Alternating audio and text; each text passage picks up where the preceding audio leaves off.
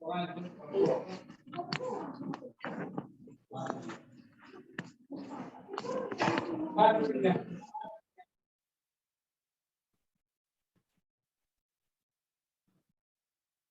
siang, Bapak Ibu Soho People. Apa kabarnya hari ini? Baik. Boleh dites Selamat suaranya dulu, siang. Bapak Ibu. Selamat siang. Siang. Semoga Bapak Ibu dan keluarga selalu.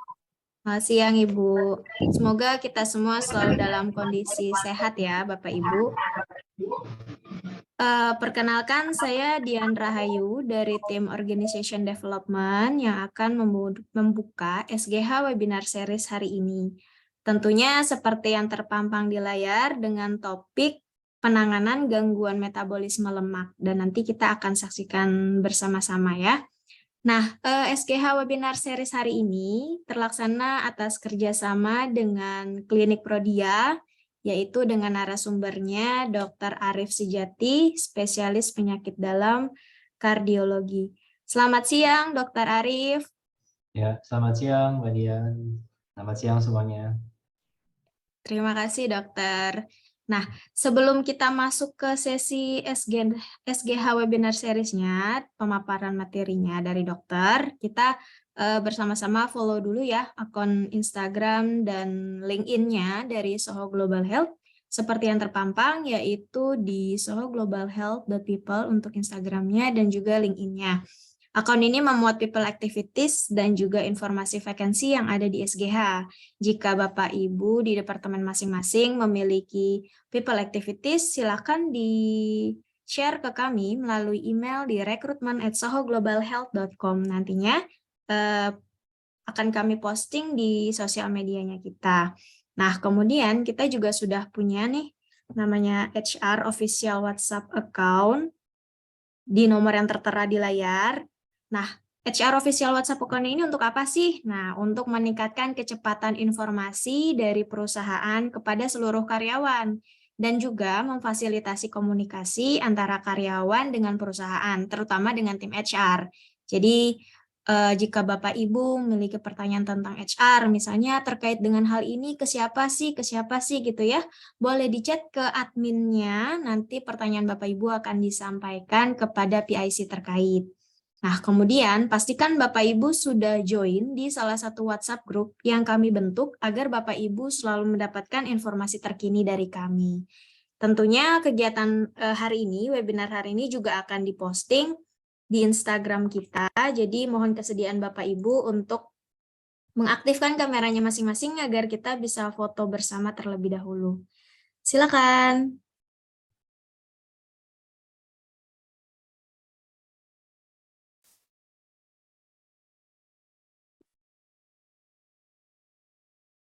Oke, boleh yang mau rapih-rapihin rambut dulu boleh nih ya. Dengan mukanya harus ceria kita nanti karena foto kita terpampang loh di Instagram ya. Jangan lupa di like, oke? Boleh saya capture dulu yang pertama ya. 1, 2, 3. Oke, sebentar. Saya capture slide selanjutnya.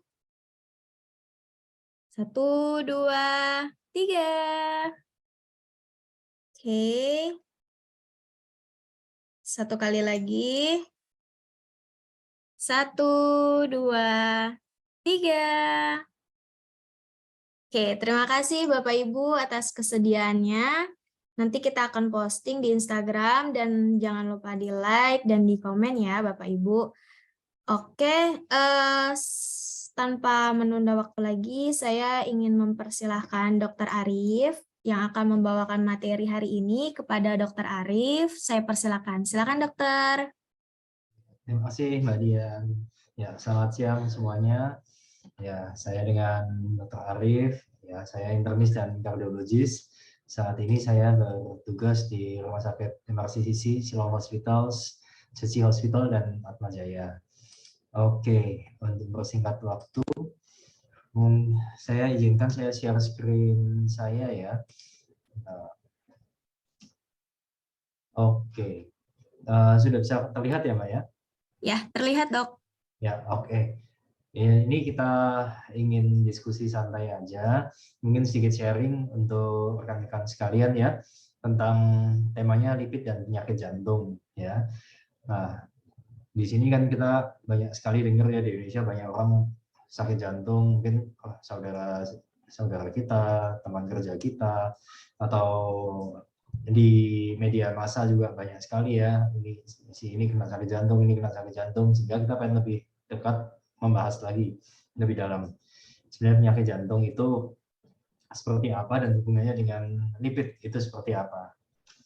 Ya, kalau kita belajar sedikit ini ilmu mungkin biokimia ya, yang disebut lipid itu sebenarnya suatu senyawa yang terdiri dari bermacam-macam. Enggak semuanya seragam ya. Ada yang namanya fosfolipid, itu yang fungsinya untuk apa namanya sebagai komponen penyusun membran sel. Ada yang namanya trigliserida, itu yang seperti kita ketahui minyak atau lemak itu terdiri dari trigliserida. Ada juga suatu molekul yang senyawa yang dikatakan sebagai kolesterol. Nah, apa sih bedanya yang kita banyak cek sehari-hari kan kalau untuk cek kesehatan ya dia trigliserida sama kolesterol yang kita cek.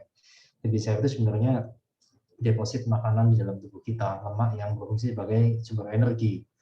Sedangkan kolesterol itu sebenarnya senyawa lipid juga ya, tapi fungsinya lebih untuk pembentukan hormon, untuk membentuk atau integritas membran sel, ya, tapi bukan sebagai sumber energi. Nah, tentu kalau kita lihat kembali ke sejarahnya, kok orang bisa tahu bahwa kolesterol atau lipid ini menyebabkan penyakit jantung pada manusia? Sejarahnya itu gimana kalau orang bisa sampai tahu? Ya, jadi kita kembali ke tahun 1900-an ya, di mana waktu itu ada dokter patologi anatomi ya, di mana pada tahun-tahun tersebut ilmu kedokteran juga sedang berkembang, terutama di bidang patologi. Jadi patologi itu mempelajari jaringan yang sudah mati, terutama ya pada kadaver dan lain-lain. Mereka lihat pada pembuluh darah aorta pasien-pasien yang meninggal, kok beberapa ada kuning-kuning seperti ini, kok bisa dilihat di layar. Ya, ini kuning-kuning ini apa?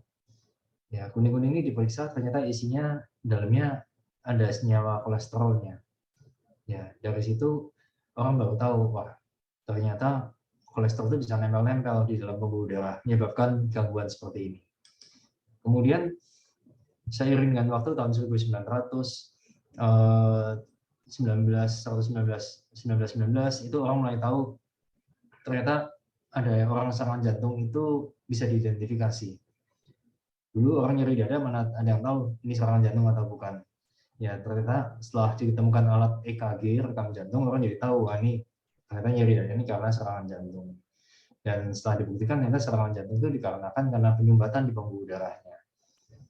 Nah, apakah penyumbatan itu penyebabnya apa? Dulu orang juga bertanya-tanya, kok bisa ada penyumbatan? Kok bisa orang yang ditinggal di daerah sini atau orang si A, si B nggak kena serangan jantung, sedangkan yang di tempat tinggal di C, di D kena serangan jantung? Ya, lanjut. Nah, ini ada penelitian yang menarik di tahun 1950-an oleh Dr. Ansel Keys namanya. Ya, beliau meneliti antara asupan makanan yang berlemak dengan kematian karena penyakit jantung. Yang dia diteliti sengaja dia meneliti di berbagai negara. Ya, dia meneliti, kita lihat di gambar ini, dia ke Jepang ya, dia lihat ke daerah-daerah di Jepang di mana orang banyaknya makan sayur-sayur, tidak banyak makan lemak-lemak, proteinnya kebanyakan dari ikan, sampai yang di daerah Eropa, Italia, Inggris, Australia, Kanada, dan Amerika Serikat. Yang makannya kita tahu lah kalau di negara barat makannya pakai butter, pakai minyak, digoreng, dagingnya juga daging merah kebanyakan. Nah, ternyata setelah dilihat dari data ini, terlihat perbedaan yang sangat jauh sekali. Pada tahun 1950-an, orang-orang yang di Jepang tuh resiko kematiannya sangat rendah, dan itu berkaitan dengan total lemak yang dimakan.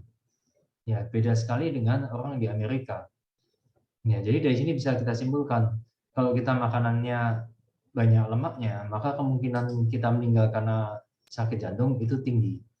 Nah, di sini orang mulai menghubungkan antara lemak dengan penyakit jantung. Yang awalnya belum terlalu jelas hubungannya, sejak penelitiannya Dr. Kis ini orang mulai sadar, wah ternyata asupan lemak itu berkaitan dengan penyakit jantung dan kematian akibat jantung. Oke. Ya. Terus berkembang lagi. Mulai dari tahun 50-an sampai sekarang, bukan cuma kolesterol, tapi orang mulai fokus pada yang namanya LDL, low density lipoprotein. Itu suatu molekul kompleks ya yang dia membawa isinya kolesterol. Dia bentuknya seperti bola, intinya ada kolesterol, sedangkan luarnya kulitnya berupa fosfolipid. Ya. Ternyata yang menyebabkan penumpukan di pembuluh darah itu bukan kolesterol yang beredar bebas. Ternyata yang menyebabkan penumpukan plak di dalam pembuluh darah itu adalah kolesterol yang ada di dalam molekul LDL. Ya, di situ orang tahun 50-an mulai tahu bahwa ternyata LDL inilah yang tiang kerok terbentuk penumpukan atau plak di pembuluh darah kita. Dan penelitian berkembang mulai ditemukan juga obat-obat yang bisa menurunkan LDL. Ya, awalnya obatnya masih eksperimental di hewan dicobanya. Lama-lama karena hasilnya bagus sekali di hewan, dicoba pada manusia untuk menurunkan LDL kolesterol.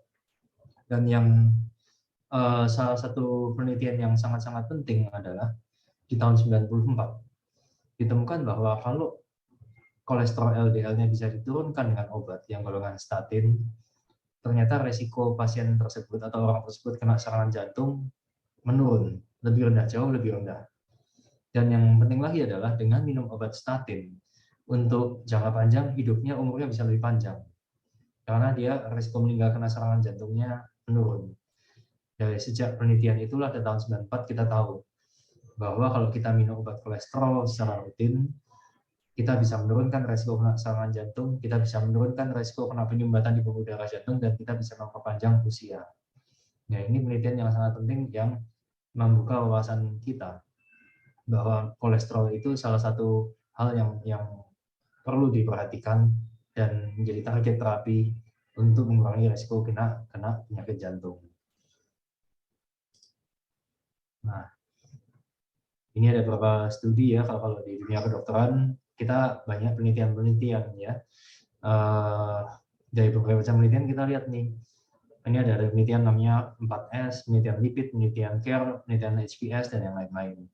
Nah, setelah dilihat semakin rendah kolesterol bisa diturunkan dengan obat-obatan, maka resiko serangan jantungnya pun menurun. Dan semakin rendah kolesterolnya, penurunan resiko serangan jantungnya pun lebih rendah.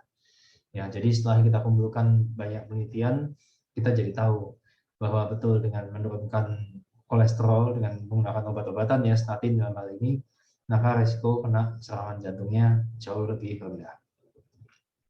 Dan kita juga belajar juga dari penelitian-penelitian tersebut bahwa salah satu poin yang paling penting adalah penurunan LDL dan berapa lama LDL itu turun. Ya, di sini ada penelitian yang melihat penurunan LDL yang dengan menggunakan obat. Ya, ini menggunakan obat golongan statin dengan penurunan LDL yang karena bawaan pasien tersebut ada mutasi pada gen yang menyebabkan LDL-nya rendah. Jadi ada beberapa orang ya, maksudnya dalam populasi kita yang tanda kutip ketiban rezeki. Ya, dia punya gen mutasi pada gen PCSK9 sehingga LDL-nya selalu rendah. Dari kecil dia juga LDL-nya rendah. Udah makan ibaratnya makan sate kambing sebanyak apapun, makan steak sebanyak apapun, LDL-nya nggak naik, tetap aja rendah. Itu orang-orang yang beruntung yang genetiknya bagus ya. Nah, pada pasien-pasien demikian ternyata penurunan kejadian penyakit jantung koroner jauh-jauh lebih rendah dibanding orang yang tidak ada dibanding orang yang gennya normal tanda kutip. Ya, sehingga dari sini kita bisa ambil kesimpulan kalau kita bisa mempertahankan LDL rendah dalam jangka waktu lama, ya bukan cuma sebentar-sebentar LDL-nya bagus terus kemudian tinggi lagi, maka kemungkinan kena penyakit jantung koronernya pun bisa jauh ditekan, lebih rendah. Oke, ini sedikit animasi gimana sih proses terbentuknya plak atau penyumbatan pada pembuluh darah koroner. Saya izin play videonya. Atherosclerosis refers to a condition in which plaque gradually builds up in the wall of an artery.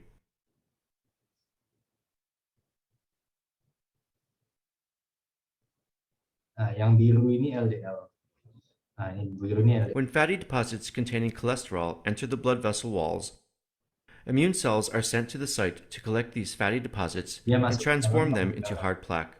Kemudian dia akan dimakan oleh makrofag ya di dalam dinding pembuluh darah tersebut. Nah, dan kemudian di sini selnya berubah menjadi. This causes the walls to thicken, meaning less blood can flow through them at a time. Atherosclerotic plaques are visible as bulges along the affected artery and can rupture and form blood clots within the arteries. Jadi itu mekanisme di mana kok sampai ada plak di dalam pembuluh darah kita yang akhirnya kalau plaknya sudah besar akan bikin penyumbatan ya. Jadi LDL yang tinggi dia akan masuk ke dalam dinding pembuluh darah, kemudian akan dimakan oleh sel-sel imun di sana dan sel imunnya akan berubah ketika dia makan LDL. Yang menjadi foam cell, dan foam cell itu menimbulkan berbagai macam reaksi yang pada akhirnya menimbulkan plak. Dan semakin lama, semakin tua usianya, maka plaknya akan semakin banyak dan semakin besar. Kalau sudah plaknya banyak dan besar, itu akan menyebabkan penyumbatan di pembuluh darah. Nah, kemudian orang juga mungkin bertanya-tanya, apa sih bedanya penyumbatan pembuluh darah yang biasa dengan serangan jantung?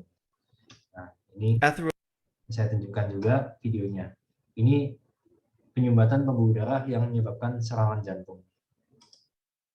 Blood flows from your aorta through the coronary arteries to supply your heart muscle with oxygen and nutrients. During your heart attack, blood flow through one of your coronary arteries may have been severely reduced or completely blocked. Your reduced blood flow may have been caused by a buildup of a fatty substance called plaque in your coronary arteries. If this plaque became disrupted, a blood clot might form and severely worsen. Nah, ini suatu proses yang mencetuskan serangan jantung. Nah, jadi kalau pasien penyakit jantung koroner yang stabil, ada plak, ada sumbatan, tapi darahnya masih bisa ngalir. Ya, dan itu plaknya itu bertumbuh dalam waktu simsalabim 1-2 hari, tapi bertahun lama-lama tambah berat, penyempitannya juga bertahun-tahun tambah berat. Ya, apa bedanya dengan serangan jantung? Pada serangan jantung kulit plaknya ini pecah. Ya, ini kita bisa lihat kulitnya pecah. Ketika kulit plaknya pecah, maka darah yang lewat ini akan menggumpal. Ya, dia akan terbentuk kayak jelly. Jadi kalau rekan-rekan semua pernah lihat darah ayam misalnya dibiarin kan lama-lama jadi beku kayak jelly. Ini juga demikian. Pada serangan jantung ketika kapsul atau dinding dari plaknya pecah, maka saat itu juga terbentuk darah beku. Dan darah beku yang terbentuk saat itu juga instan akan menyebabkan tidak bisa mengalirnya darah di arteri koroner. Kita lihat. Worsen the narrowing or lead to a sudden complete blockage, stopping blood flow down the artery. A blockage in your coronary arteries prevented the oxygen and nutrients in your blood from reaching the part of your heart supplied by the artery. As a result, heart muscle in that area started to die. Ya, jadi kalau timbul serangan jantung, maka secara tiba-tiba aliran darahnya terputus. Ya, padahal pembuluh darah ini akan ngasih makan ke otot-otot jantung di daerah sini. Ya, kalau otot jantungnya nggak dapat makanan, maka ototnya akan mati pelan-pelan. Ya, tapi kalau daerah yang otot jantungnya yang mati terlalu banyak, maka bukan cuma jantungnya yang mati, tapi pasiennya pun akan mati. Ya, itu bahaya serangan jantung, dan itu kenapa timbulnya tiba-tiba. Karena saat itu juga timbul gumpalan darah yang dikarenakan plak yang pecah. Oke. Mungkin juga teman-teman sekalian ada yang bertanya-tanya, tadi jadi kita ngomongnya kolesterol terus, bagaimana dengan trigliserid? Ya, kalau kita cek darah, itu biasanya ada kolesterol total, LDL, HDL, dan trigliserid. Nah, apakah trigliserid itu komponen yang menyebabkan terbentuknya plak? Jawabannya tidak, ya. Jadi trigliserid itu tidak bisa menumpuk di pembuluh darah, menyebabkan plak itu tidak bisa. Beda dengan kolesterol LDL. Ya, namun kalau kita trigliseridnya tinggi, itu akan menyebabkan kerusakan dari lapisan dalam pembuluh darah. dan akan menyebabkan kolesterol LDL-nya lebih gampang masuk ke dalam pembuluh darahnya. Jadi hubungan sebab akibatnya lebih tidak langsung, beda dengan kolesterol LDL. Oke, kemudian lagi kalau rekan-rekan semua ada yang kolesterolnya tinggi ya, mungkin bertanya-tanya juga, saya kok bisa kolesterolnya tinggi? Kok asalnya itu dari mana kolesterol? Ya, kolesterol di tubuh manusia itu asalnya dari dua sumber. Yang pertama dari makanan, ya, makanan yang kita makan itu sumber eksternal, dan ada juga sumber internal, yaitu produksi kolesterol oleh liver kita. Mana yang lebih banyak? Ternyata 80% dari produksi liver. Sedangkan makanan kontribusinya 20%. Sekarang pertanyaan lagi, makanan apa aja sih yang mengandung kolesterol? Jawabannya, makanan yang sumbernya hewani. Ya, jadi kalau misalnya kita makan daging-dagingan, ya kita makan susu sapi, makan keju, makan telur, makan misalnya mayonaise itu produk turunan dari telur ya, makan butter itu produk turunan dari susu, itu semua mengandung kolesterol. Nah, bagaimana dengan goreng-gorengan? Kita makan tahu goreng, tempe goreng, segala macam, itu zero kolesterol, nggak ada kolesterolnya.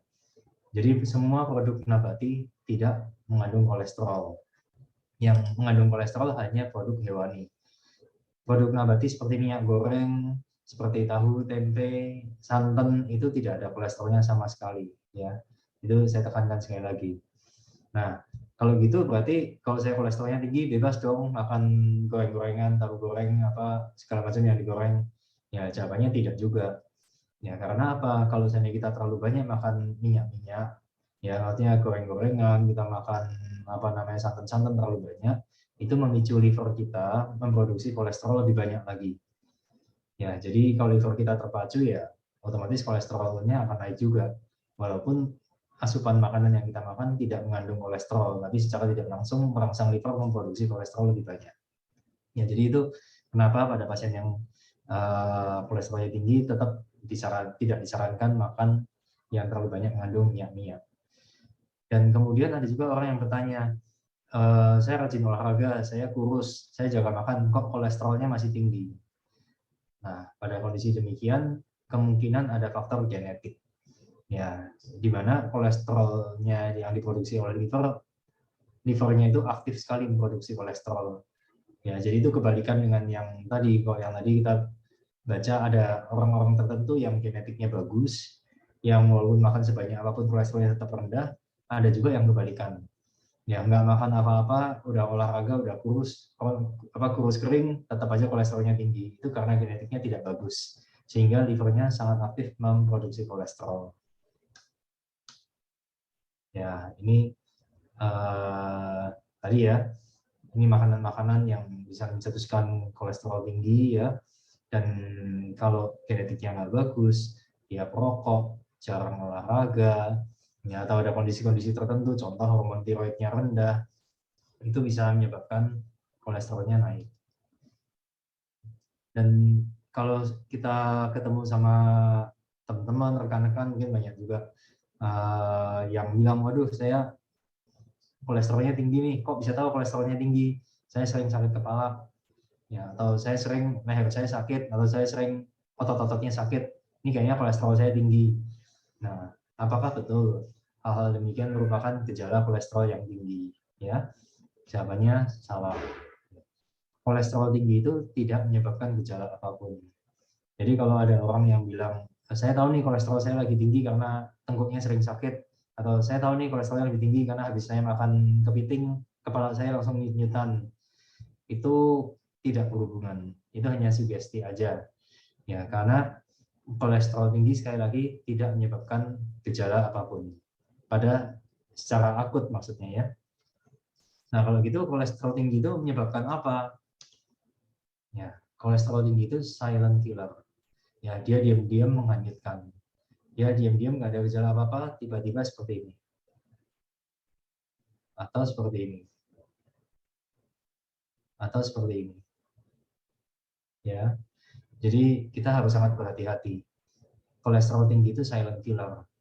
Kadang ada orang yang berobat juga, bukan kadang ya, banyak sekali pasien yang berobat kolesterolnya 250, LDL-nya 180, dia ada tensinya tinggi 160 misalnya seperti itu, usia udah 50 tahun dan merokok. Dia bilang, Pak, ini Bapak ini bahaya, tensinya tinggi, kolesterolnya tinggi, bapaknya kegemukan, kemudian merokok pula. Pasiennya bilang, Dok, saya nggak apa-apa, saya nggak ada rasa apa-apa, saya merasa sehat-sehat aja. Saya kerja bisa, olahraga bisa, saya nggak pernah capek, saya sehat, saya nggak perlu minum obat.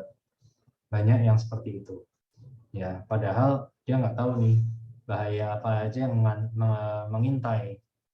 Ya, yang seperti itu bisa tiba-tiba nanti serangan jantung lewat, atau tiba-tiba stroke, kemudian bukan lewat, kalau jadi kena stroke kemudian cacat seumur hidup, bukan hanya pasien yang menderita, tapi keluarga yang harus merawatnya pun akan menderita.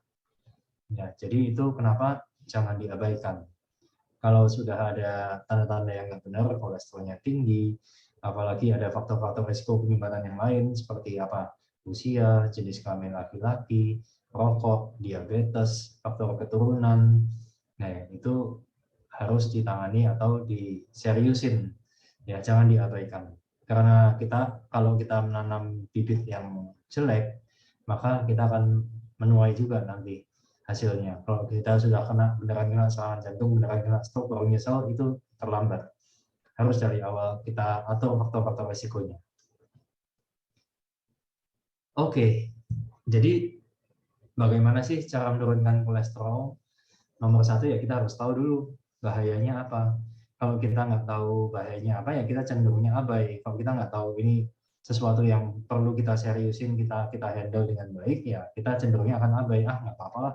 Toh itu sekedar angka. Apa sih artinya angka kolesterol 280? Toh saya sehat-sehat aja. Nah itu kalau seandainya kita nggak paham dulu bahayanya, ya kita akan abai. Dan kemudian yang kedua, kalau kita sudah paham, maka sebaiknya kita cek kadar kolesterolnya secara berkala. Ya berkalanya berapa sering, ya tiap orang akan beda-beda. Ya kalau usia masih relatif muda, kemudian dia nggak ada penyakit-penyakit yang lain, nggak ada diabetes, nggak ada apa, ya mungkin ceknya setahun sampai 2-3 tahun sekali, ya masih reasonable. Ya namun kalau sudah ada sakit jantung, ya sudah pernah pasang ring atau pernah kena stroke, ya tentu ceknya jangan terlalu lama. Ya paling enggak ya setahun sekali 2 kali harus dicek, ya atau mungkin lebih sering lagi kalau seandainya pasiennya beresiko tinggi. Kemudian jangan lupa pola makan yang sehat itu tetap perlu dijaga, ya.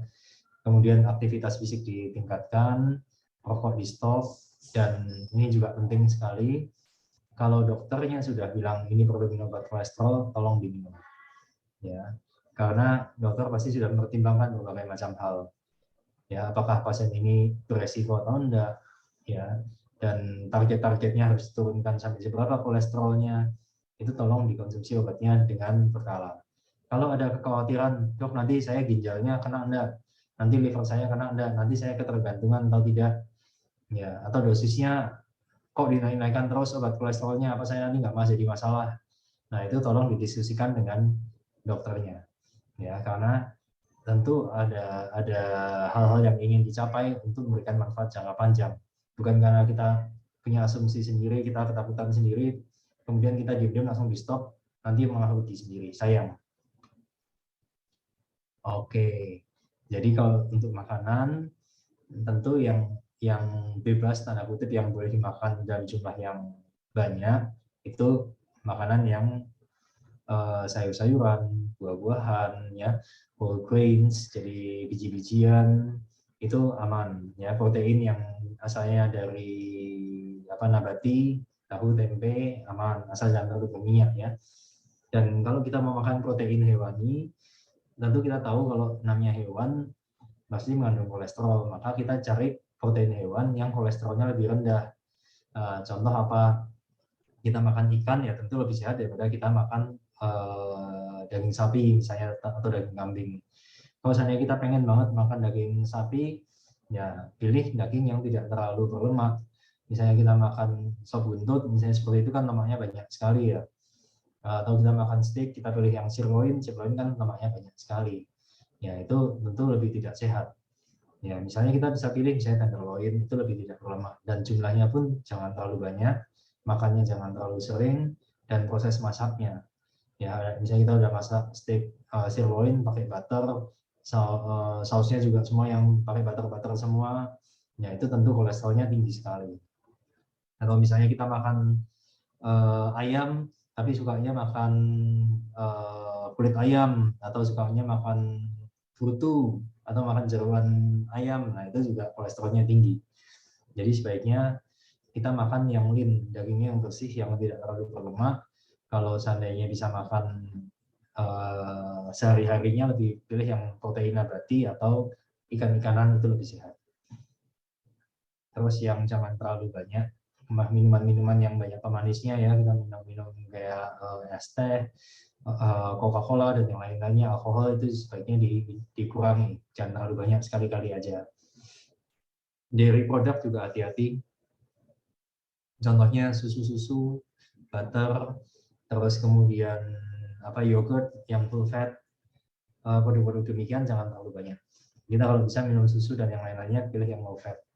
Terus processed food ya, makanan-makanan yang kalengan itu kan processed food ya. Kalau bisa dikurangin karena dia biasanya menggunakan minyak yang tidak terlalu sehat. Ya, di sini juga sebenarnya dikatakan minyak tropical oil itu juga nggak terlalu baik. Ya, bukannya nggak boleh sama sekali, tapi jumlahnya kalau bisa jangan terlalu banyak. Karena dia memicu liver kita memproduksi kolesterol lebih tinggi. Walaupun minyak-minyak ini sebenarnya tidak mengandung kolesterol, tapi dia memicu liver memproduksi kolesterol lebih tinggi. Ya. Dan kalau bisa hindari trans fat dan partially hydrogenated oils, yaitu kebanyakan pada makanan-makanan yang olahan pabrik. Ya. Itu kalau bisa agak dihindarin. Lebih sehat kita masak sendiri. Oke. Dan mungkin juga ada pertanyaan, tadi kan sudah dikatakan bahwa kolesterol yang tinggi atau lipid yang tinggi itu dapat menyebabkan sumbatan atau penyakit jantung koroner. Nah, terus kalau saya mau tahu nih, saya sebenarnya sudah ada belum sih penyumbatan di diri saya? Saya sudah ada faktor resikonya, saya sudah ada belum sih sumbatan? Tanda-tandanya apa aja? Jadi kalau kita mau mengenali apakah sudah ada sumbatan atau belum, itu gampang-gampang susah. Ya, tapi pada prinsipnya, nomor satu, kita harus mengenali apakah kita ini beresiko atau tidak. Plak-plak tadi kan tidak timbul tiba-tiba. Pada pasien-pasien yang tidak beresiko atau resiko rendah, kemungkinan kena penyumbatannya pun akan lebih kecil. Misalnya, kalau usianya masih 20 tahun, kolesterolnya normal, tidak merokok, badannya slim, rajin olahraga, nggak ada diabetes, itu kemungkinan kena penyumbatan ya kecil sekali. Namun kalau kita lihat misalnya umurnya sudah 55 tahun, 60 tahun, dadanya kadang nggak enak kalau lagi naik tangga, kemudian dia merokok aktif, kolesterolnya juga tinggi, ada diabetes juga, nah itu beresiko. Semakin tinggi resikonya, maka kita harus semakin hati-hati. Ya.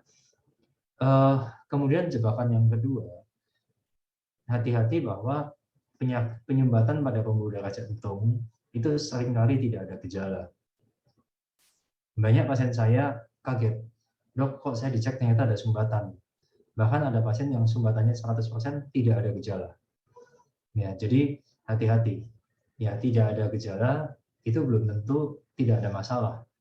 Dan jangan sampai kita abai, terutama pada pasien-pasien yang ada faktor risiko. Karena itu seperti bom waktu. Ya, kalau kita lihat pasien-pasien yang serangan jantung tiba-tiba seringkali bilang sebelumnya saya baik-baik aja, sebelumnya saya sehat-sehat aja. Nggak ada sakit apa-apa, semua baik-baik aja, saya hidup normal, kok bisa tiba-tiba kena serangan jantung, kok bisa tiba-tiba kena stroke. Itu sebenarnya baik-baik saja, nyata ada tanda kutip, karena nggak dicek maka nggak tahu. Ya, jadi tolong check up secara berkala, terutama yang punya faktor risiko. Karena tujuan medical check up adalah tahu duluan sebelum kejadian. Lebih baik kita tahu ada penyumbatan atau enggak sebelum kejadian serangan jantung. Karena kalau kita tahu lebih awal, maka kita bisa lebih aware, kita bisa antisipasi sehingga nggak mencegah hal-hal yang tidak diinginkan, yang sebenarnya tanda kutip bisa dicegah sebelumnya. Dan tentu perlu konsultasi dengan dokter untuk ditanyakan ya, apa saya perlu tes EKG aja, atau saya perlu tes treadmill, atau saya perlu misalnya lebih detail CT scan koroner, atau bahkan saya mungkin perlu kateterisasi jantung. Ya, jadi itu mesti dikonsultasikan dengan dokternya. Karena kebutuhan tiap-tiap orang akan berbeda-beda, tergantung dari keluhannya, tergantung dari faktor resikonya, dan tergantung dari gejala-gejala yang ada. Oke, terima kasih. Mudah-mudahan bisa sedikit membantu atau menambah wawasan. Saya kembalikan ke moderator. Terima kasih. Ya, terima kasih Dr. Arif atas pemaparan materinya. Ini kita udah ada beberapa pertanyaan, Dok. Jadi bagi Soho People yang ingin bertanya, boleh di kolom chat atau boleh raise hand, nanti bisa langsung bertanya dengan Dr. Arif. Nah, saya bacakan pertanyaan pertama dulu ya, Dok, dari Ibu Erni Banjarmasin. Ini ada 5 pertanyaan, Dok. Pertanyaan pertama, apa penyebab jantung lemah? Dan pada saat kita cek EKG, hasilnya jantung lemah, apakah bisa normal kembali, Dok? Oke, ini saya sudah baca pertanyaannya. Terima kasih Bu Erni. Bu Erni ya. Oke, Bu Erni. Saya coba jawab Bu Erni ya. Yang pertama, kalau kita ngomong jantung lemah, itu sebenarnya kita ngomong gagal jantung. Ya, jantung kita kan seperti pompa. Dia pompa darah ke seluruh tubuh. Yang pompanya mestinya seperti ini, kalau lemah dia pompanya gini-gini aja. Darahnya nggak bisa dipompa oleh jantungnya. Nah, pada jantung lemah, gejalanya apa? Gampang capek, gampang sesek, yang tadinya kuat naik tangga 2 lantai, sekarang naik 2 anak tangga aja udah ngos-ngosan, nggak kuat jalan jauh, ya kakinya bengkak-bengkak, tidurnya nggak bisa terlentang, harus tinggi bantalnya, karena kalau dia terlentang cairan masuk ke paru-paru dia sesak nafas. Ya itu beberapa gejala dari jantung lemah atau gagal jantung. Nah, gagal jantung sendiri penyebabnya banyak sekali, Bu. Ada ratusan penyebab gagal jantung. Ya, misalnya pada pasien dengan penyumbatan pembuluh darah jantung atau pernah kena serangan jantung seperti yang tadi kita jelaskan di slide ya, itu kan otot jantungnya bisa mati kalau nggak dapat aliran darah. Kalau otot jantungnya mati ya lemah, jantungnya nggak bisa pompa dengan baik. Jadi satu penyebab yang sering didapatkan adalah kalau ada penyakit jantung koroner, dia bikin mampet pembuluh darahnya, otot jantungnya nggak mendapatkan suplai darah sehingga jantungnya jadi lemah. Penyebab yang lainnya apa? Misalnya kemarin COVID ya, COVID lagi banyak-banyaknya, itu si virus kadang-kadang bisa nyerang jantung. Ya, kalau virusnya nyerang jantung, otot jantungnya bisa jadi lemah. Ya, kita beberapa kali dapat kejadian seperti itu. Pasien-pasien dengan COVID dirawat, kalau sesak nafas, kok kakinya bengkak-bengkak. Waktu dilakukan USG jantung, ternyata jantungnya lemah. Ya, penyebab lain banyak, Bu. Misalnya kelainan-kelainan pada katup jantung, flapnya yang bocor atau flapnya yang tidak bisa membuka yang dengan baik. Ya, terus kemudian penyebab lainnya lagi misalnya genetik, ada orang yang secara genetik nggak bagus sehingga jantungnya lemah, itu ada juga. Dan nggak semua penyebab itu mudah ditentukan asalnya dari mana, ya itu harus konsultasi dengan dokternya. Dan apakah EKG itu bisa mendeteksi jantung lemah? Belum tentu bisa, Bu. Ya, kalau kita mau melihat EKG itu terutama kan irama jantungnya. Kalau ibu mau lihat jantungnya fungsinya pompanya lemah apa enggak bisa dari EKG. Itu minimal USG jantung atau ekokardiografi. Dan mungkin perlu ditanyakan juga ke Bu Erni ini, maksudnya pada EKG itu jantung lemah atau jantungnya pelan. Kalau yang dimaksud jantungnya pelan, detaknya pelan, misalnya mestinya normalnya 60 kali sampai 100 kali per menit, ini 40 kali per menit, itu bisa dari EKG. Tapi kalau yang dimaksud Bu Erni, pompa jantungnya melemah yang mestinya pompanya kuat, jadi pompanya lemah, itu tidak bisa dilihat dari EKG, Bu. Itu mesti ekokardiografi. Oke, mungkin itu yang bisa saya jelaskan, Bu. Ya, Dok. Nah, hasil EKG itu apakah valid atau maksudnya gini, Dok, apakah di saat kita gugup atau dalam kondisi takut itu mempengaruhi hasil EKG enggak, Dok? Enggak. Jadi kalau Enggak, ya? pada EKG ya tetap aja akan ada kelainan. Ya, kalau kita gugup, kita takut, itu hanya yang membedakan apa? Kalau kita tenang, detak jantung itu lebih pelan. Ya, tapi kalau kita gugup, kadang detak jantungnya jadi cepat, jadi irama di EKG-nya akan cepat. Tapi seandainya pada EKG tampak tanda serangan jantung, ibu gugup atau nggak gugup sama aja gambarannya serangan jantung. Ya, jadi EKG itu yang dipengaruhi oleh gugup atau cemas itu hanya kecepatan detak jantungnya. Sedangkan grafiknya tidak dipengaruhi, sama aja. Oke. Oke, Dok. Nah, Ya. kalau sudah terdiagnosa nih, Dok, jantung lemah, nah apakah bisa dikembalikan atau diusahakan kembali agar jantungnya menjadi lebih kuat, Dok? Tergantung penyebabnya. Seandainya ibu kena serangan jantung, ya berarti ada darah beku yang ada plak yang pecah menyebabkan darah beku, menyebabkan saat itu juga aliran darah pembuluh darah jantungnya terhenti. Ya, pada saat itu bisa terjadi jantungnya jadi lemah. Ya, tapi kalau ibu cepat-cepat ke rumah sakit, dalam waktu 1 jam ibu sudah sampai di rumah sakit. Kebetulan rumah sakitnya lengkap, langsung dilakukan kateterisasi. Langsung tempat yang tersumbat dipasang ring, lancar lagi. Itu bisa pulih, Bu, otot jantungnya. Ya, tapi kalau kita balik, misalnya ibu kena serangan jantung, terus ibu bilang, saya nggak mungkin serangan jantung, ini paling saya sakit mah, paling saya angin duduk, terus ibu kerok-kerok, ibu kasih minyak kayu putih, ibu di rumah aja nggak mau ke rumah sakit. Besoknya udah nunggu 24 jam nih, ibu sesak nafas di rumah. Kok nafas saya jadi sesak? Saya kok keringat dingin, nggak kuat bawa ke rumah sakit. Dicek di rumah sakit, jantungnya sudah lemah. Udah waktu dari serangan itu udah 24 jam. Itu udah nggak bisa kembali. Ya, karena sudah terlambat. Ya, oleh karena itu saya selalu berusaha mengedukasi. Kalau ada tanda-tanda serangan jantung, dadanya nggak enak, keringat dingin, muntah, langsung ke UGD. Ya, banyak pasien yang tidak tertolong, banyak orang meninggal karena berasumsi apa? Berasumsi ini saya cuma asam lambung. Terus cuma di rumah dikerok-kerokin, minum air teh hangat, dikasih minyak kayu putih, ya lewat, Bu. Ya, itu kelemahan masyarakat kita. Banyak yang punya asumsi sendiri, banyak yang percaya gini. Bahkan saya pernah dapat pasien yang serangan jantung, jelas di depan mata saya serangan jantung. Saya bilang ini serangan jantung. Marah-marah keluarganya. Bilang, adik saya nggak mungkin serangan jantung, adik saya sebelumnya sehat-sehat aja. Nggak percaya, bawa pulang. Besoknya saya dengar di rumah udah meninggal. Nah, Dok, bagaimana? Kadang kan pemikiran kita itu adalah asam lambung ya, Dok ya. Nah, bagaimana cara membedakan itu serangan jantung dengan penyerangan asam lambung, Dok? Seringkali sulit dibedakan. Ya, kalau ngomong dari gejala, seringkali mirip sekali. Ya, pada serangan jantung bisa mual, bisa dadanya nggak enak, bisa muntah-muntah, bisa keringat dingin, kan mirip sekali. Ya, jadi gimana cara membedakannya? Segera ke rumah sakit, dilakukan rekam jantung, kalau perlu diperiksa darah. Baru kita tahu. Ya, nggak usah orang awam, Bu. Ya, 4-5 tahun yang lalu ada dokter spesialis penyakit dalam meninggal karena serangan jantung yang dia pikir serangan asam lambung naik atau GERD. Dia lagi maintenance, tiba-tiba mual, keringat dingin. Dia bilang, aduh ini saya mungkin GERD, saya kambuh karena dia memang udah sakit mah. Dia cepat-cepat pulang ke kliniknya, suntik sendiri obat asam lambung, habis suntik dia pingsan. Dibawa ke UGD rumah sakit terdekat, dilakukan EKG atau rekam jantung, ternyata serangan. Belum diapa-apain, udah lewat di UGD. Ya, jadi memang sulit sekali membedakan. Jadi kalau kita udah merasa nggak beres, lebih baik kita pastikan datang ke rumah sakit EKG.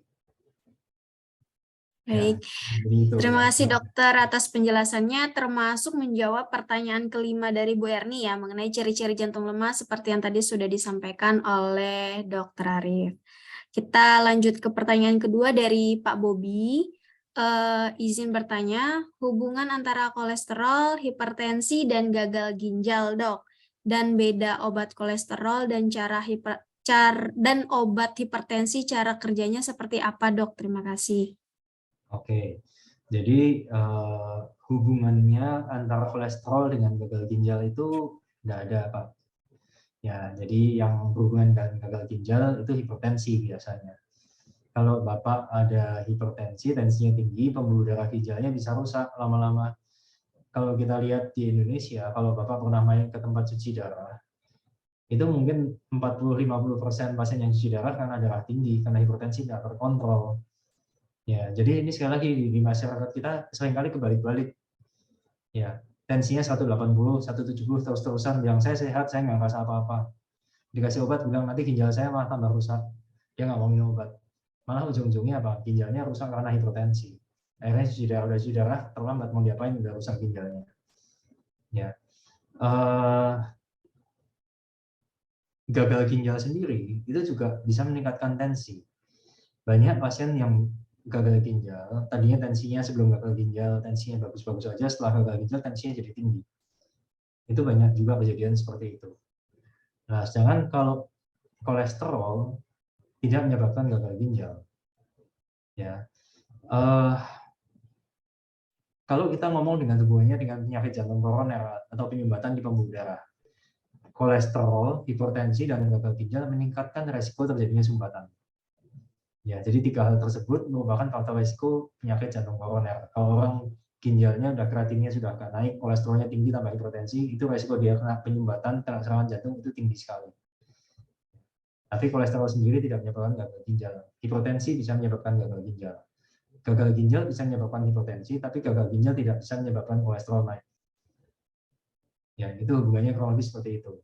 Nah, kalau beda obat kolesterol dengan obat hipertensi, beda sekali, Pak. Yang satu kita menurunkan produksi kolesterol oleh liver itu dengan obat-obatan golongan statin, ya, misalnya simvastatin, atorvastatin, rosuvastatin, pitavastatin. Ya, kalau obat hipertensi yang menurunkan tekanan darah, obat hipertensi sendiri cara kerjanya banyak sekali. Ya, molekulnya kan beda-beda jenisnya. Tiap-tiap molekul punya cara kerja sendiri. Mungkin itu kalau Bapak mau mungkin mesti ikut kuliah farmakologi karena itu banyak sekali yang harus dibahas. Ya.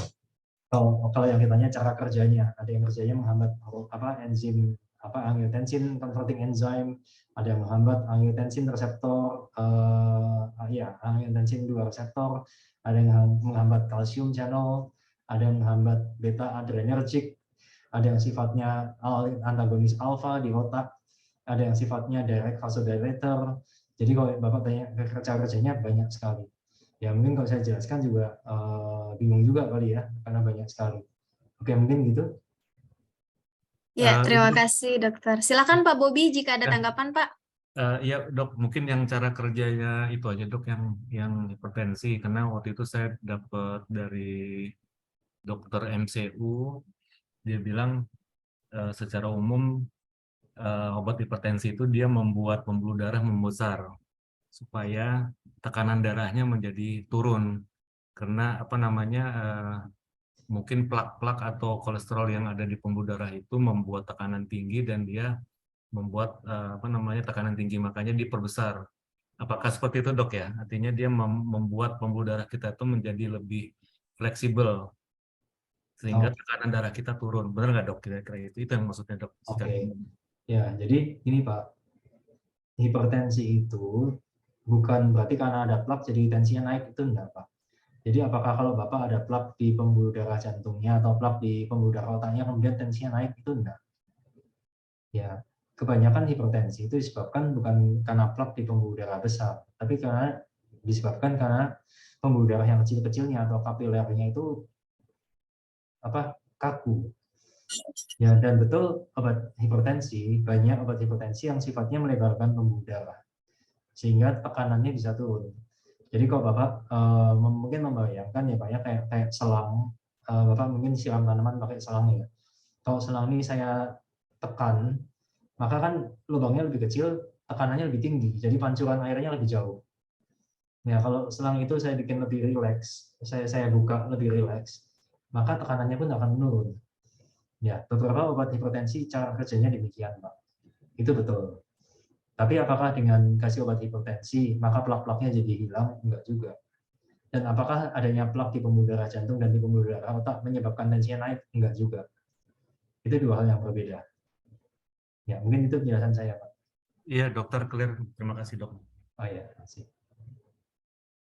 Terima kasih dokter atas jawabannya dan terima kasih Pak Bobi. Kemudian pertanyaan selanjutnya dari Ibu Cecilia, dok. Yang pertama, apa yang harus dilakukan jika ternyata kolesterol tinggi karena faktor internal yaitu fatty liver, dok, atau perlemakan hati ya, dok? Apakah dengan lifestyle modification, dengan menjaga pola makan, bisa mengubah fatty liver dan menurunkan kolesterol menjadi normal, dok? Oke, terima kasih Bu atas pertanyaan Bu Cecilia. Yang pertama harus dipahami adalah hubungan antara fatty liver dengan lipid ya sebenarnya. Kita nggak ngomong kolesterol karena nggak harus kolesterol. Kalau yang disimpan di liver itu ada kolesterol, ada triglyceride juga disimpan di sana. Jadi lipid secara umum memang disimpan di liver. Ini mana yang telur, mana yang ayam gitu kan. Apakah kolesterol tinggi menyebabkan fatty liver atau adanya fatty liver menyebabkan kolesterol tinggi? Ya, mungkin pertanyaannya Bu Cecil kan gitu. Ya, saya bisa jawab bahwa fatty liver tidak menyebabkan kolesterol tinggi. Ya, jadi fatty liver itu bukan menyebabkan kolesterol tinggi, Bu. Tapi kolesterol tinggi menyebabkan fatty liver, iya. Lipid yang tinggi menyebabkan fatty liver, iya. Tapi bukan sebaliknya. Sehingga fatty liver itu adalah akibat dari tingginya kolesterol atau tingginya lipid. Bukan sebaliknya, Bu. Ya. Terus kalau Ibu mau tanya, apakah dengan lifestyle modification dengan jaga pola makan dapat mengubah fatty liver dan menurunkan kolesterol? Tentu ini harus dilihat lagi, kolesterolnya Ibu tinggi, apakah lebih dominan faktor eksternal atau lebih dominan faktor genetik? Ya, kalau misalnya, jadi yang saya sudah ceritakan nih, ada orang yang kolesterolnya tinggi karena lifestyle yang nggak bagus, makanya berantakan, karbohidratnya tinggi, lemaknya tinggi, orangnya kegemukan, nggak pernah olahraga. Ya, itu yang seperti itu dengan lifestyle modification, berat badan diatur, makan diatur, kemungkinan bisa normal lagi kolesterolnya. Tapi ada orang yang memang genetiknya nggak bagus. Yang tadi saya juga sudah ceritakan waktu di presentasi, badannya sudah kurus, makannya sudah dijaga, olahraganya sudah kuat ya olahraganya, tapi kolesterolnya tinggi, nggak mau turun-turun. Ya, itu memang genetiknya nggak bagus. Pada pasien-pasien demikian, apalagi yang punya resiko untuk terjadinya penyumbatan pembuluh darah, maka perlu sekali minum obat. Ya, jadi di sini perannya obat. Kalau memang genetiknya nggak bagus, nggak bisa turun dengan lifestyle modification, ya udah minum obat.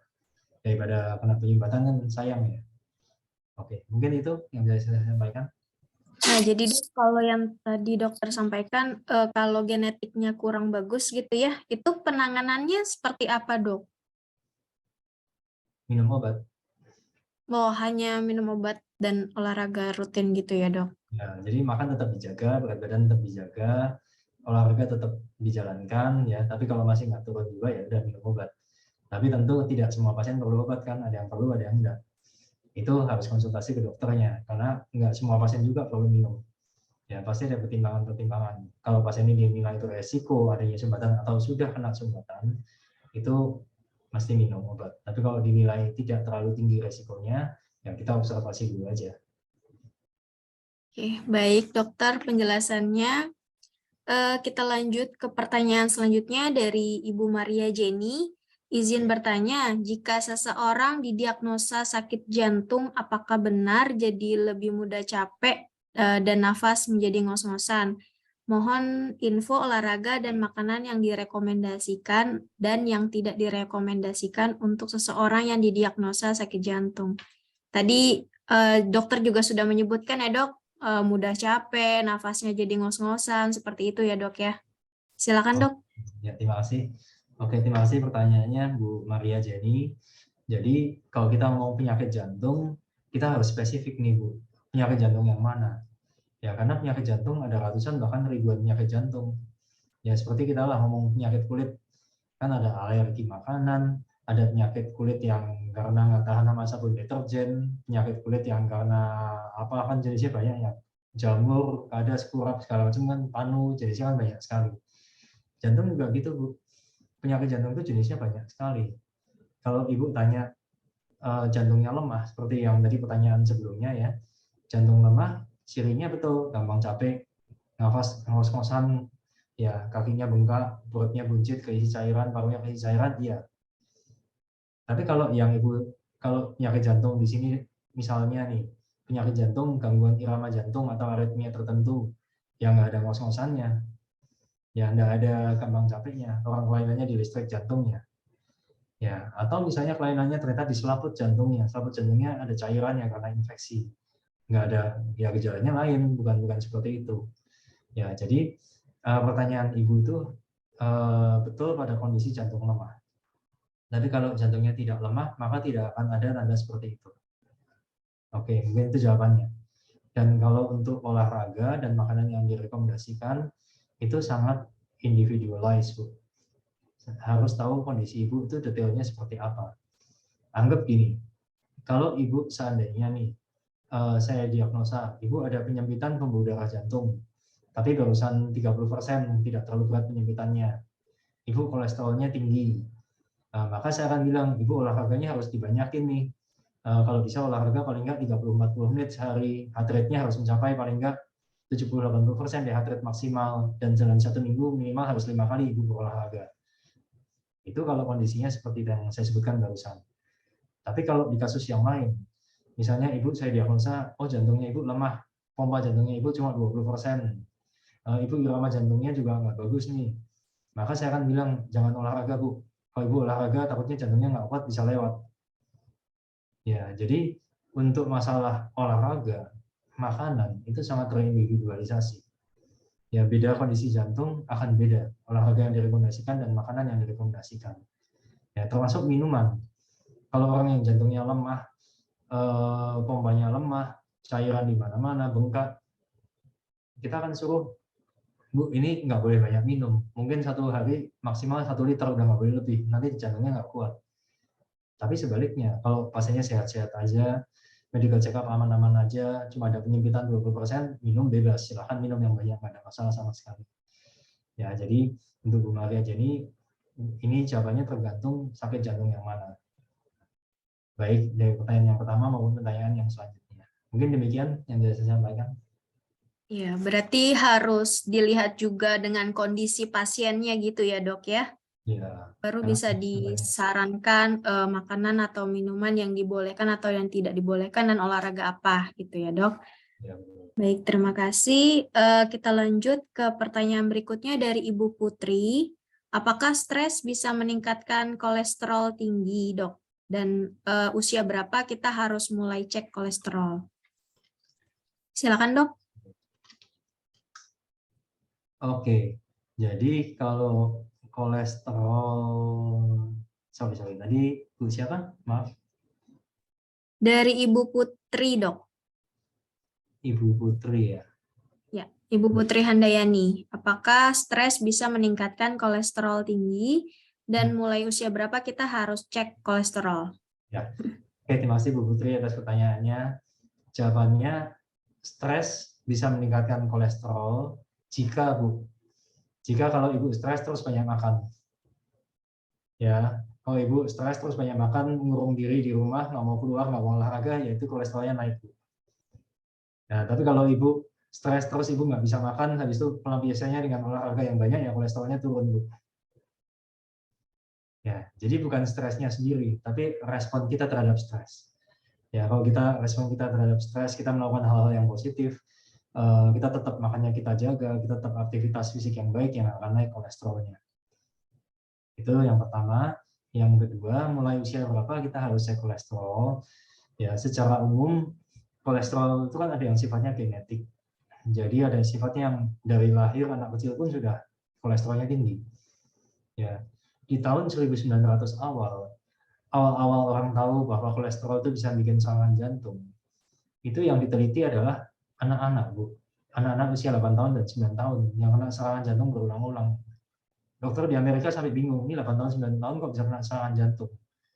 Dicek ternyata kadar kolesterol darahnya itu 20 kali lebih tinggi dibanding orang dewasa normal. Ya. Jadi sekarang direkomendasikan anak-anak usia 10 sampai 12 tahun paling nggak cek sekali. Supaya kita tahu ada kelainan genetik yang menyebabkan kolesterol tinggi atau enggak. Dan kalau dicek sekali pada usia 10 sampai 12 tahun normal, boleh diulang lagi ketika dia usianya sekitar 18 sampai 20 tahun. Ya, cek sekali lagi. Kalau itu juga normal, biasanya mulai dicek ulang setelah usia 45 tahun. Ya, kalau usia 45 tahun hasilnya normal, boleh ceknya ya. Kalau di Amerika rekomendasinya 3-4 tahun sekali. Ya, tapi kalau kita sudah di atas 45 tahun, mau dicek setiap tahun pun nggak masalah. Ya, jadi kurang lebih seperti itu ya Bu ya.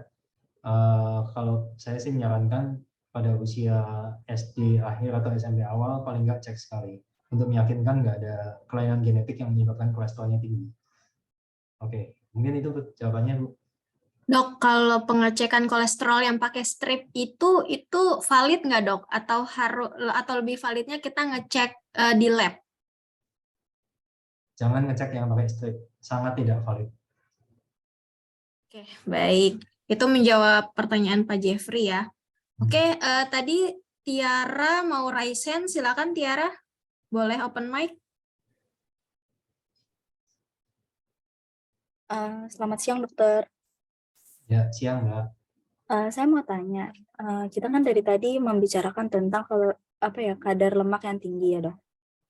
Untuk kasus-kasus kadar lemak yang rendah, lipid yang rendah itu resikonya apa? Karena kan mungkin di luar ada orang-orang yang melakukan diet ekstrim dengan mengurangi kadar lemak gitu ya, mengurangi asupan-asupan lemak. Nah itu resikonya apa sih? Terus gejala-gejala kita kekurangan lemak itu apa gitu. Terus ini maaf ya Dok, ada beberapa pertanyaan. Nah terus kan tadi disebutkan liver kita tuh memproduksi lemak dan makanan goreng-gorengan itu memicu produksi lipids dari liver kita tuh tinggi. Nah itu maksudnya cara dia, maksudnya gini, kenapa makanan-makanan itu memproduksi lemak lebih banyak gitu Dok? Kenapa memicu liver kita lebih banyak gitu? Dan kalau boleh mohon disebutkan lagi Dok, tadi kan ada fungsi-fungsi lemaknya di depan ya. Fungsi-fungsi lipids itu apa aja? Itu mohon disebutin lagi ya Dok. Terus saya pernah dengar tentang diet karnivor. Diet karnivor itu kalau nggak salah, tolong dikoreksi ya Dok, mungkin dokter tahu. Jadi ada orang-orang yang hanya memilih makan makanan hewani aja, kayak daging-dagingan, pokoknya segala macam yang diproduksi dari hewani. Nah itu apakah berisiko juga meningkatkan kolesterol, LDL, dan lain-lain tadi Dok. Terus resikonya tuh seberapa tinggi dengan untuk terjadinya penyumbatan dan serangan jantung itu Dok, apakah menjadi lebih tinggi atau dilihat lagi bagaimana cara pengolahan dan lain-lain dari diet itu, pengolahan makanannya maksudnya. Terus sama yang terakhir, kan kita sering dengar kalau jerawat itu ditimbulkan dari kadar lemak yang tinggi ya Dok. Nah itu benar atau enggak sih Dok, kalau misalkan kita kadar lemaknya tinggi di badan tuh akan menimbulkan banyak jerawat gitu. Udah sih Dok, itu aja paling. Terima kasih. Oke, sorry Mbak Tiara, tadi kan pertanyaannya banyak sekali ya, kan saya nggak catat.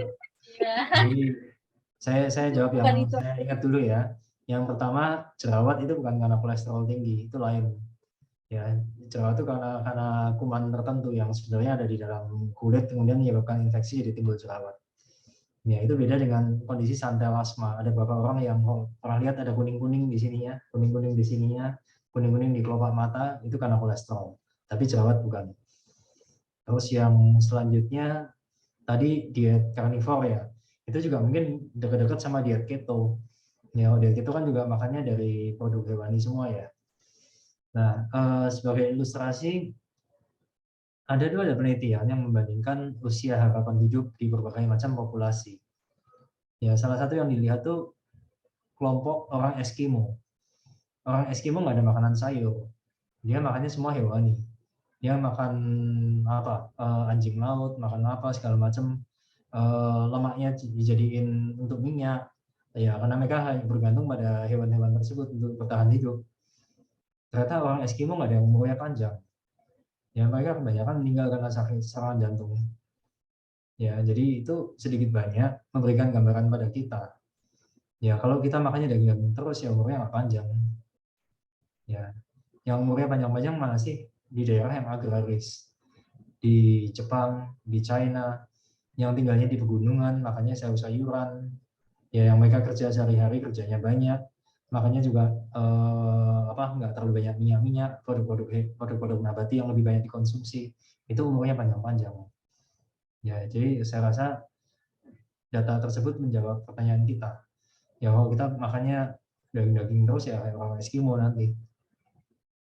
Oke, terus untuk kolesterol yang terlalu rendah, ada juga penelitian. Kita kalau lihat di Prodia deh, lihat kolesterol total angkanya normalnya di bawah 200. Kolesterol LDL angka optimalnya di bawah 100. Terus ada pasien nih kena serangan jantung, saya kasih obat kolesterol, LDL-nya jadi 50. Ketakutan. Dok, ini saya LDL 50 nggak salah dok. Nanti kalau terlalu rendah bahaya nggak untuk tubuh kita?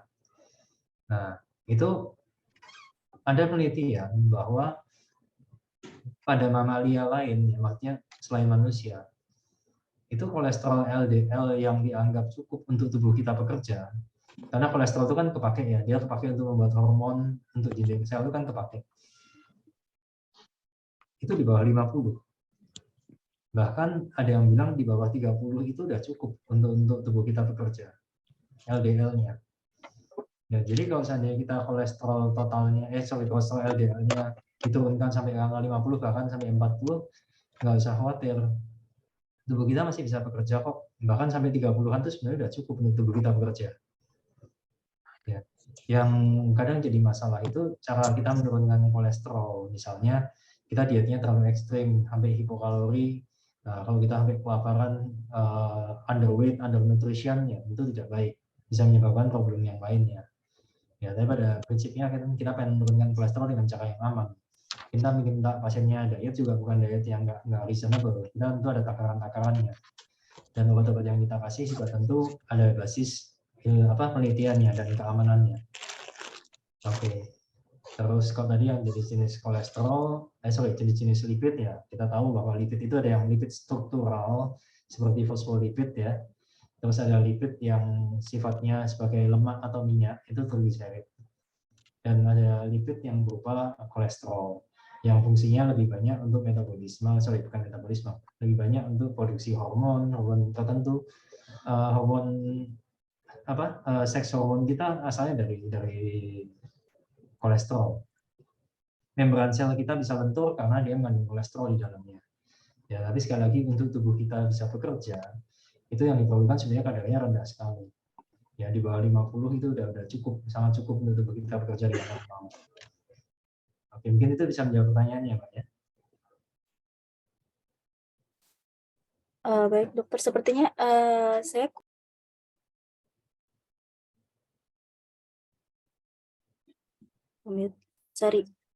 saya kurang terjawab dengan proses liver produksi lipids dok, yang tadi gimana terjadinya makanan-makanan berlemak itu bisa memicu liver kita untuk produksi lipid lebih banyak gitu. Oke. Kenapa? Ya, jadi ketika kita makan banyak makanan berlemak, itu akan mengaktifkan enzim-enzim dan hormon-hormon tertentu, Mbak. Di mana dia akan mengaktifkan enzim-enzim seperti HMG-CoA reduktase yang akan mengaktifkan pengubahan dari zat-zat sebelum kolesterol menjadi kolesterol. Ya, itu kurang lebih mekanisme secara singkatnya. Oke, baik dokter, terima kasih banyak atas jawabannya. Ya. Ya, terima kasih Tiara atas pertanyaannya. Mungkin dari yang ada di kolom chat ini ada yang mau raise hand lagi ke Dr. Arif untuk dijawab langsung. Habis ini saya ada janji lain. Oke, saya pilih. Oke, silakan Anissa raise hand. Silakan Anissa. Baik, terima kasih Mbak Ayu. Izin bertanya dok. Yang pertama, jika seseorang mempunyai kolesterol dari genetik, itu apakah punya potensi untuk sembuh atau ya seumur hidupnya dia harus menjaga entah pola makan, pola hidup dan lain-lainnya. Itu yang pertama. Yang kedua, kalau kekurangan kolesterol itu menyebabkan apa ya dok? Terus ciri-cirinya seperti apa? Mungkin itu dari saya. Terima kasih. Oke. Yang pertama, kalau udah namanya genetik ya nggak bisa hilang. Gen itu kan ada di semua sel tubuh kita. Ya, DNA itu ada di semua sel tubuh kita, jadi nggak akan hilang. Ya, jadi kalau memang seperti yang tadi saya ceritakan, anak umur 9 tahun, 10 tahun kena serangan jantung, ya itu harus minum obat, mau nggak mau. Ya, dan pakai obat pun belum tentu bisa turunnya bagus sekali. Ya, karena genetiknya dia memang nggak bagus. Jadi untuk pasien yang kolesterolnya tinggi karena genetik, ya kita nggak ngomong sembuh atau tidak sembuh, kita ngomongnya terkontrol atau tidak terkontrol. Ya tentu mau mengontrol dengan lifestyle modification, dengan pola makan, olahraga segala macam ya lebih sulit kalau sudah ada genetiknya. Biasanya akan perlu dibantu dengan obat-obatan. Yang pertama. Kemudian gejala kolesterol rendah hampir tidak pernah dilaporkan. Ya, karena seperti yang tadi saya katakan juga, bagi tubuh kita LDL angka 30-an itu aja masih cukup untuk bekerja dengan baik. Jadi tidak pernah ada laporan efek samping kolesterol terlalu rendah terus pasien jadi lemas-lemas, itu tidak pernah ada. Ya, bahkan pada penelitian yang akhir-akhir ini selalu ngomongnya the lower the better. Ya, pasien-pasien yang kena serangan jantung berulang-ulang serangan jantungnya, kita bahkan pengen LDL-nya itu di bawah 40. Itu rendah sekali. Dan dari penelitian tersebut juga dikeluarin datanya, nggak ada efek samping tuh, nggak ada pasien jadi lemas jadi apa, nggak ada. Kadar hormonnya juga masih normal semua. Karena sebenarnya yang dibutuhkan oleh tubuh itu LDL 30-an udah cukup. Ya, jadi kolesterol terlalu rendah pada kondisi yang wajar-wajar atau dengan obat-obatan yang sampai batas tertentu tidak ada.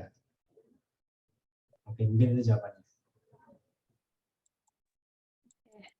Boleh satu lagi, Dok? Ya. Tadi kan kolesterol pada kita mau mengecek kolesterol pada anak kecil karena khawatir ada genetik untuk kolesterol itu. Tapi bisa nggak sih, Dok, untuk anak-anak itu kolesterolnya karena lifestyle gitu-gitu? Apa ya? Misalnya pola makannya emang nggak bagus.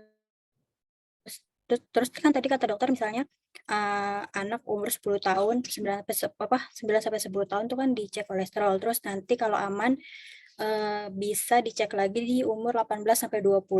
Nah, gap itu kan mungkin bisa jadi nanti si anak itu makannya sembarangan dan lain-lain, itu bisa menyebabkan kolesterol juga, itu gimana ya, Dok?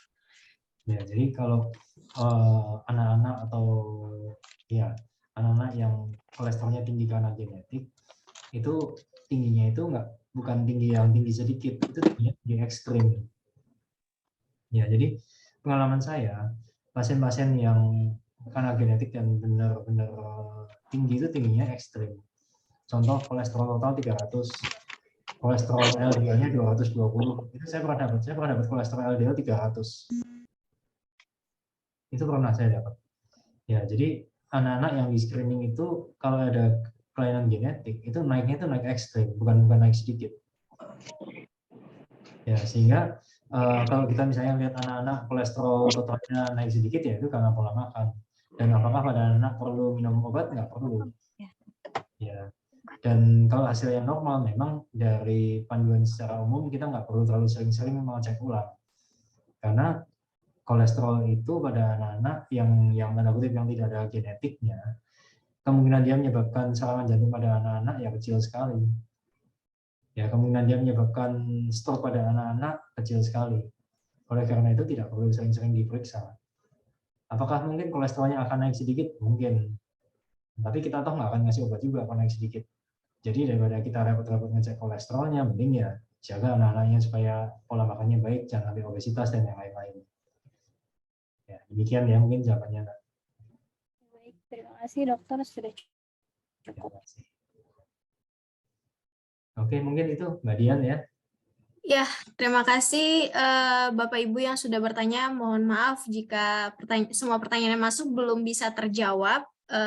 Saya ingin mengucapkan terima kasih kepada Dr. Arief atas pemaparan materi hari ini. Semoga kita bisa lebih menjaga kesehatan kita ya, Dok ya, agar tetap selalu sehat. Kemudian saya juga yang mengucapkan terima kasih kepada Ibu Mary atas kerjasamanya dengan Prodia sehingga terlaksana webinar hari ini dengan baik. Apakah ada yang ingin disampaikan lagi oleh Dr. Arief? Silakan, Dok. Sudah cukup. Jadi mungkin sebagai penutup ya kita jangan sampai lengah kalau kolesterolnya memang tinggi. Ya, kalau memang kita ada resiko untuk terjadinya sumbatan, jangan lupa check up. Walaupun kita tidak merasa ada keluhan, nggak ada salahnya cek. Jadi kita nggak kecolongan. Ya, dan kalau seandainya sudah ketemu sesuatu, misalnya dokternya bilang, wah ini kayaknya ada sumbatan nih, kira-kira ada yang bahaya nih. Ya, kita jangan abai. Ya, kalau second opinion takut, coba saya second opinion nggak masalah. Ya, tapi jangan sampai kita dapat informasi yang salah, yang malah ujung-ujungnya merugikan diri sendiri. Karena pada prinsipnya dokter selalu ingin pasien-pasiennya yang terbaik, yang sehat sampai jangka panjang, kondisi kualitas hidupnya baik selalu. Itu aja, terima kasih. Ya, terima kasih dokter. Oke, saya juga ingin mengucapkan terima kasih kepada Bapak Ibu Soho People yang sudah join hari ini dalam SGH Webinar Series. Mohon Bapak Ibu memberikan penilaian untuk SGH Webinar Series hari ini dan improvement untuk webinar selanjutnya. Silakan klik link yang sudah saya cantumkan di kolom chat ya. Jadi jika Bapak Ibu memiliki topik-topik apa yang ingin dibawakan di webinar, boleh silakan dicantumkan. Terima kasih, sampai jumpa kembali di SGH Webinar Series selanjutnya. Selamat siang, salam sehat selalu untuk kita semua. Terima kasih. Terima kasih. Thank you, Dr. Arif. Terima kasih, sampai ketemu. Terima kasih.